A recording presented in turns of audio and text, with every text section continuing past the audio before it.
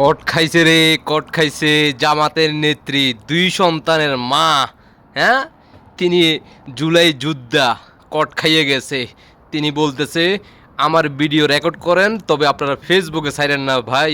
আমাকে সবাই অনেকে চেনে, তারপরেও যারা ওয়াদা করছে তারা কিন্তু ছেড়ে দিল।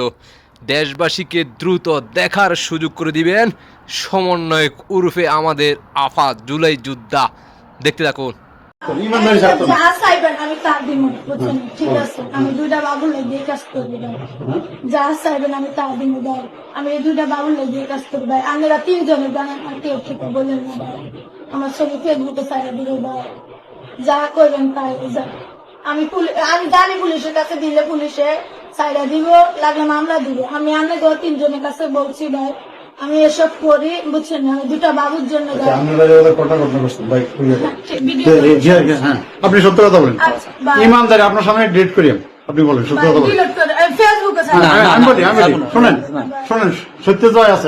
আপনি সেটাই। আপনি মানুষ খুন করিয়ে যদি কয় যে আমি খুন করছি, অনেক সময় মাফ হয়। হাকিমে আপনি মাফ করে দেয়। জি। কে কি দেখলেন তো, এই হচ্ছে আমাদের সমন্বয়ক আফাদের আসল কাহিনী। তারা একের পর এক দৃশ্য দেখাচ্ছে বাংলাদেশের সাধারণ জনগণদেরকে। আশা করি বুঝতে পারছেন। আল্লাহ হাফেজ।